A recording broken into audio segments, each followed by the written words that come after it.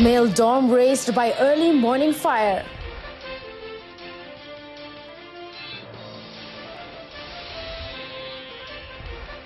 Bukit Aman to take stern action against unprofessional cops.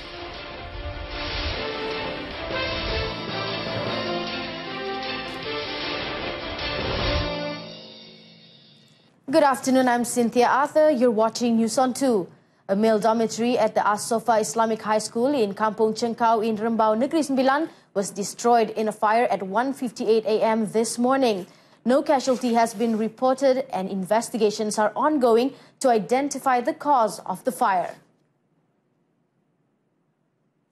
Rembau Fire and Rescue Department Chief Muhammad Fuad Majid said 3 fire engines and 20 firemen rushed to the scene after receiving a distress call. He said the fire destroyed about 90% of the building, which housed a total of 85 students.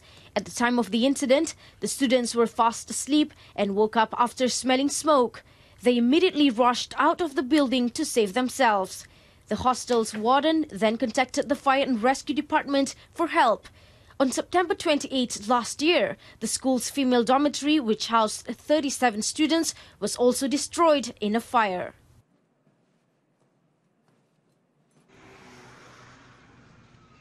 Meanwhile, pre-dawn fire in Pokok Sena, Kedah today destroyed 10 double-storey shop lots.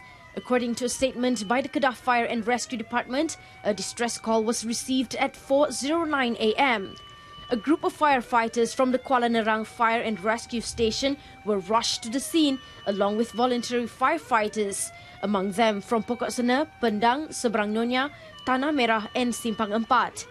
It took them under an hour to bring the fire under control. There were no reports of casualties.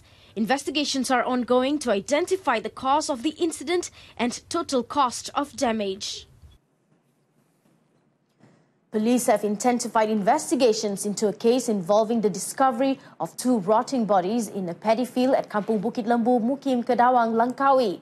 Langkawi Police Chief Superintendent Muhammad Iqbal Ibrahim said so far the identities of the men and women believed to have been murdered several days ago have yet to be determined.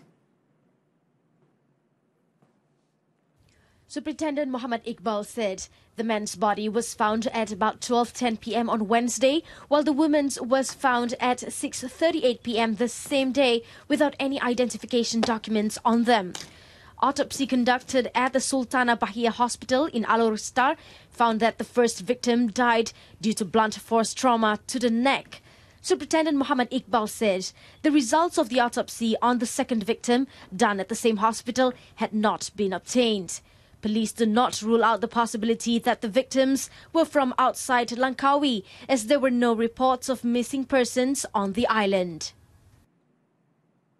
Bukit Aman will take stern action against police personnel said to have demanded food and ate chocolates while conducting a search at the home of the family members of former Prime Minister Datuk Seri Najib Tun Razak. Federal Commercial Crime Investigation Department CCID Director Datuk Seri Amar Singh said this in a statement requesting for more information on the allegations. Datuk Seri Amar said the police personnel were reminded to conduct the searches professionally and respect the occupants as the premises were occupied by the former Prime Minister and his family. He stressed that any insubordination and unprofessional conduct will be dealt with seriously. Datuk Seri Amar also responded to allegations that pictures of the raids were leaked on social media, saying that all personnel, except for the ground commanders and their deputies, were prohibited from carrying their mobile phones during the searches. Datuk Seri Amar urged relevant parties to provide details of the leaked photographs to enable the police to investigate the allegations and verify if the leaked photographs came from the police, as family members and friends were present during the searches. Datuk Seri Muhammad Azmin Ali will have an audience with the Sultan of Selangor, Sultan Sharafuddin Idris Shah, soon to discuss his appointment as the Economic Affairs Minister.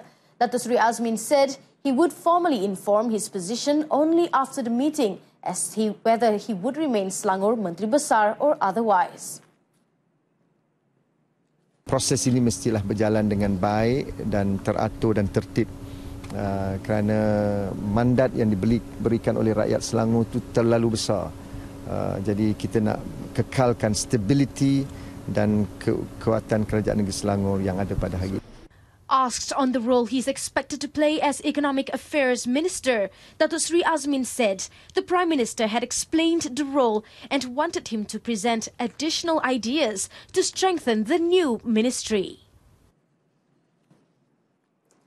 That concludes this afternoon's edition of News on 2. In our top story, stern action to be taken against chocolate-grabbing cops. News on 2 will be back at 7 p.m. Till then, I'm Cynthia Marilyn Arthur, and thank you for watching.